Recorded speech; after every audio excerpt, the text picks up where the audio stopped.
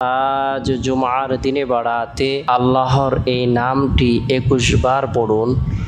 ভাগ্য খুলে যাবে, 50 বছরের গুনাহ মাফ হবে, জান্নাত নসিব হবে, আশা আকাঙ্ক্ষা পূরণ হবে। জুমার দিন সাপ্তাহিক সকল দিন থেকে শ্রেষ্ঠ দিন। জুমার দিন অত্যন্ত বরকতপূর্ণ একটি দিন, ফজিলতপূর্ণ একটি দিন, মাহাত্ম্যপূর্ণ একটি দিন, তাৎপর্যপূর্ণ একটি দিন। জুমার দিন আল্লাহ তাআলার পক্ষ থেকে বিশেষ নিয়ামত প্রদান করা হয়ে থাকে।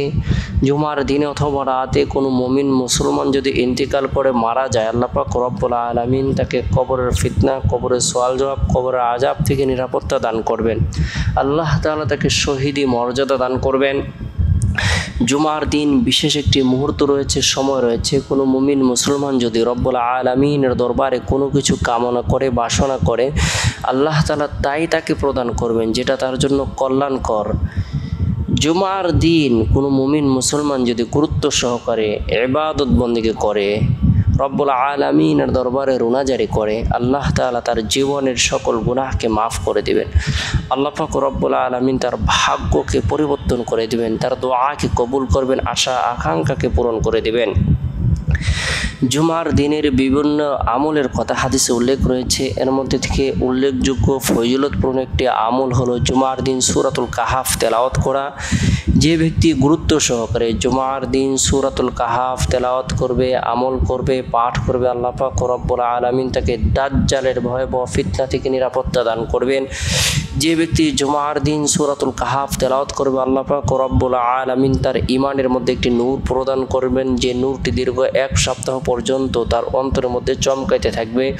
যে ব্যক্তি জুমার দিন সূরাতুল কাহাফ আমল করবে, তেলাওয়াত করবে, আল্লাহ পাক রব্বুল আলামিন তার জন্য 70,000 ফেরেশতা নিযুক্ত করে দিবেন। এই 70,000 ফেরেশতা দীর্ঘ 1 সপ্তাহ পর্যন্ত তার জন্য মাগফিরাত কামনা করতে থাকবে।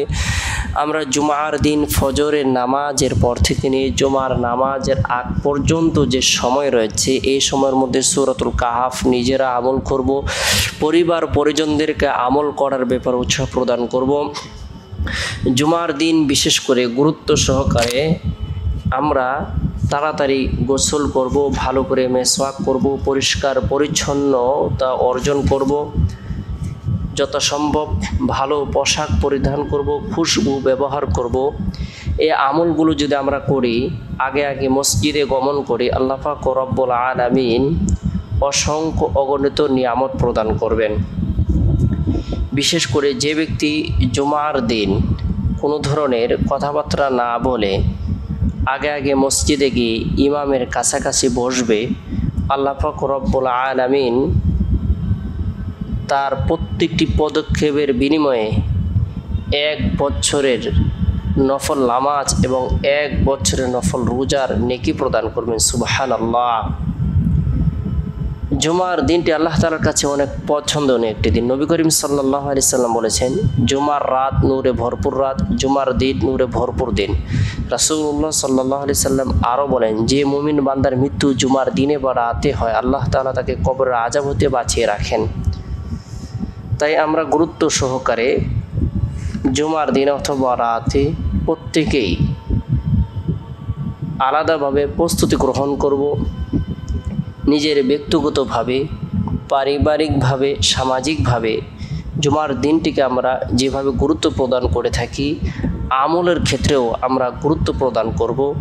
বিশেষ করে জুমার দিন জুমার নামাজ সম্পূর্ণ করার পর নিরিবিলি এক পরিবেশের মধ্যে বসে গুরুত্ব সহকারে গুনাহ মাফের উদ্দেশ্যে তওবার নিয়তে আমরা ইস্তিগফারের আমল করব। আস্তাগফিরুল্লাহ রাব্বি মিন কুল্লি যামবি ওয়া আতুবু ইলাইহি, আস্তাগফিরুল্লাহ রাব্বি মিন কুল্লি যামবি ওয়া আতুবু ইলাইহি। যে ব্যক্তি গুরুত্ব সহকারে ইস্তিগফারের আমল করবে, আল্লাহ পাক রব্বুল আলামিন তার জীবনের 50 বছরের গুনাহকে মাফ করে দেবেন। সে যদি খাটে দিলে তওবা করে, আল্লাহ তাআলা তার হাতের গোনা, পায়ের গোনা, চক্ষুর গোনা, শরীরের অঙ্গ প্রত্যঙ্গের গোনা, জিহ্বার গোনা আল্লাহ তাআলা মাফ করে দেন। সগীরা গোনা, কবিরা গোনা, জাহির গোনা, বাতিনি গোনা আল্লাহ তাআলা মাফ করে দিবেন। তাই ইস্তিগফারের আমল করব। এরপরে গুরুত্ব সহকারে আল্লাহ পাক রব্বুল আলামিনের বরকতি এই নামটি আমরা 21 বার পাঠ করব, আমল করব। আল্লাহ তাআলা তার বরকতপূর্ণ নামের উসিলায় আপনার আমার জীবনের সকল ধরনের পেরেশানিকে দূর করে দিবেন, গায়েবী সাহায্য প্রদান করবেন, রিজিকের মধ্যে প্রশস্ততা প্রদান করবেন, সার্বিকভাবে আল্লাহ পাক রব্বুল আলামিন কল্যাণ প্রদান করবেন। আল বাসিতু অর্থ হলো রিজিক প্রশস্তকারী। আল্লাহ তাআলা রিজিককে প্রশস্ততা দান করেন। কোনো ব্যক্তি যদি আল্লাহ তাআলাকে রিজিক প্রশস্তকারী মনে করে, আল বাসিতু নাম আমল করে, আল্লাহ পাক রব্বুল আলামিন তাকে প্রচুর পরিমাণে রিজিক প্রদান করবেন। আল্লাহ তাআলা তাকে মাখলুকাতের মুখাফিক্কি হইতে নিরাপত্তা দান করবেন, তাকে বিত্তশালী করে দেবেন, ধনী এবং সুখী বানিয়ে দেবেন। আল্লাহ তাআলা তাকে প্রচুর পরিমাণে ধন দৌলত প্রদান করবেন। গুরুত্ব সহকারে আল বাসিতু নামটি 21 বার পাঠ করব, আমল করব। আল্লাহ তাআলার প্রতি ভরসা রেখে আল্লাহর নামের উছিলায় রব্বুল আলামিনের দরবারে রিজিক বৃদ্ধির উদ্দেশ্যে, হায়াত বৃদ্ধির উদ্দেশ্যে, ধন দৌলত বৃদ্ধির উদ্দেশ্যে, গুনাহ মাফের উদ্দেশ্যে কাকুর্তি মিনতি করে রুনাজারি করব, প্রার্থনা করব, দোয়া করব। আল্লাহ তাআলা দোয়ার বরকতে কঠিন ও জটিল বিপদ দূর করে দিবেন, গায়েবী সাহায্য প্রদান করবেন। এরপরে জুমার দিন বরকতপূর্ণ একটি আমল হলো দুরুদের আমল করা। বিশেষ করে জুমার দিন আসরের নামাজ সম্পূর্ণ করার পর নবী সাল্লাল্লাহু আলাইহি সাল্লামের প্রতি মহব্বত রেখে, ভালোবাসা রেখে, আন্তরিকতা রেখে আমরা দুরুদের আমল করব। আল্লাহুম্মা সাল্লি আলা মুহাম্মাদিন নবিয়্যিল উম্মি ওয়া আলা আলিহি ওয়া সাল্লিম তাসলিমা। আল্লাহুম্মা সাল্লি আলা মুহাম্মাদিন নবিয়্যিল উম্মি ওয়া আলা আলিহি ওয়া সাল্লিম তাসলিমা।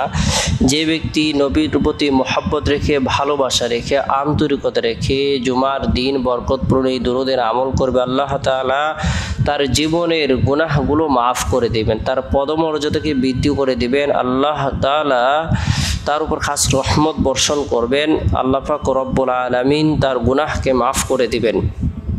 তাই গুরুত্ব সহকারে দুরুদের আমল করব। এরপরে জুমার দিন মাগরিবের পূর্ব মুহূর্তে যতটুকু সম্ভব হয় তাসবিহ হাতে নিয়ে আল্লাহর পবিত্রতা বর্ণনা করব, আল্লাহর প্রশংসা বর্ণনা করব, আল্লাহর বরত্বকে স্বীকার করব, আল্লাহর একাত্মবাদকে স্বীকার করব। সুবহানাল্লাহ, আলহামদুলিল্লাহ, লা ইলাহা ইল্লাল্লাহু, আল্লাহু আকবার, এই তাসবিহ তাহলিল তাহমিদগুলো পাঠ করব। এরপর রব্বুল আলামিনের দরবারে হাজত পূরণের উদ্দেশ্যে দোয়া করব। বিশেষ করে আল্লাহ তাআলা যেন আমাদের জীবনের সকল গুনাহকে মাফ করে দেন, আল্লাহর খাস বান্দা হিসেবে আমাদেরকে গ্রহণ করেন, আল্লাহ তাআলা যেন আমাদের জন্য জান্নাত অবধারিত করে দেন, আমাদের মানসিক শারীরিক সকল ধরনের পেরেশানি যেন আল্লাহ তাআলা দূর করে দেন, সেজন্য রব্বুল আলামিনের দরবারে দোয়া করব। এরপরে জুমার দিন শেষ হওয়ার পর যে রাত আসে, এই রাতটি হলো ফজিলতপূর্ণ একটি রাত। এই রাতের মধ্যে বিশেষ করে এশারের নামাজ সম্পূর্ণ করার পরে আমরা গুরুত্ব সহকারে সুবহানাল্লাহি ওয়া বিহামদিহি সুবহানাল্লাহিল আযীম একবার পাঠ করার পরে আউযু বিল্লাহি মিনাশ শাইতানির রাজিম বিসমিল্লাহির রহমানির রহিম তেলাওয়াত করে সূরাতুল ইখলাস, সূরাতুল ফালাক, সূরাতুন নাস তিনবার করে তেলাওয়াত করব, পাঠ করব, আমল করব। এরপরে রাতে ঘুমানোর পূর্বে আল্লাহুম্মা বিসমিকা মুতু আহইয়া এই দোয়াটি পাঠ করে ঘুমিয়ে যাব। চেষ্টা করব রাতের 1/3 অংশে ঘুম থেকে জাগ্রত হয়ে তাহাজ্জুদের নামাজ পড়ার জন্য।